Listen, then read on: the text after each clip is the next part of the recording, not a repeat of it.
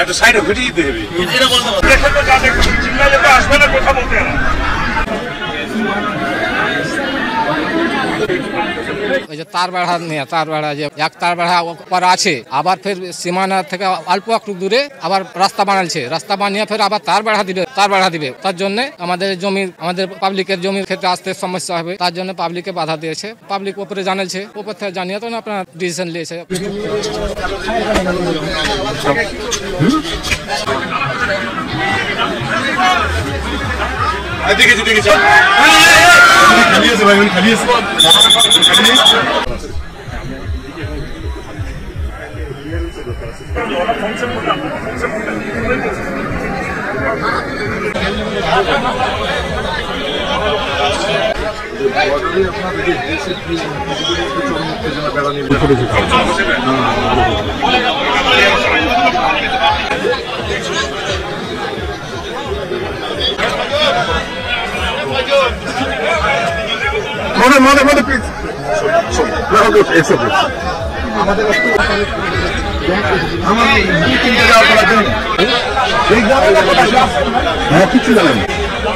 আসার পরে ওনাদের সাথে একটা ফ্ল্যাগ মিটিং হলো। ফ্ল্যাগ মিটিং এ ওরা প্রতিশ্রুতি দিল যে আমরা এ কাজ আর করবো না, যেহেতু নো ম্যানস ল্যান্ড, অর্থাৎ যে পিলারটা আছে এই পিলার থেকে আমাদের ওরা যে তারটা দিচ্ছে সেখানে মাত্র কোথাও 30 গজ, কোথাও 40 গজ, কোথাও 50 গজ। আন্তর্জাতিক আইন কিন্তু সেটা বলছে না। আন্তর্জাতিক আইন বলছে কি 150 গজ 200 গজের বাইরে কিছু করতে হবে, এখানে কিছু করা যাবে না। আমাদের বিজেপি সজাগ আছে, এখানে কোনো তাদের সাথে কম্প্রোমাইজ হবে না। বিজেপির এক কথা, আমরা যেহেতু কাজ থেকে বিজেপির সাথে থেকে শুনেছি, বিজেপির একই কথা যে আমরা কোনো ছাড় দেবো না। আমরা স্থানীয়ভাবে চাই যেন তারা আন্তর্জাতিক সীমানা লঙ্ঘন না করে, ওরা ওদের জায়গায় থাকবে, আমরা আমাদের জায়গায় থাকবো। কি করেছে ওই যে তার ভাড়া দিচ্ছে, অবৈধভাবে তার ভাড়া দিচ্ছে, কেন দিবে তারা তার ভাড়া? এটারই প্রতিবাদ জানাচ্ছি আমরা। আমি স্থানীয় এলাকার বাংলাদেশের একজন নাগরিক হিসাবে এটা আমি জোর দাবি জানাচ্ছি, এই তার ভাড়া বন্ধ করা হোক, বন্ধ করা হোক, বন্ধ করা হোক।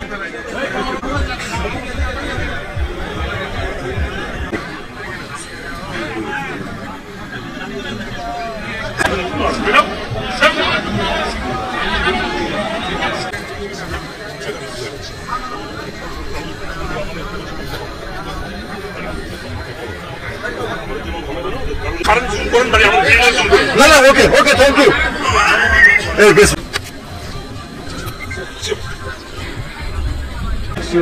এই রোডটা কি আগে থেকে ছিল?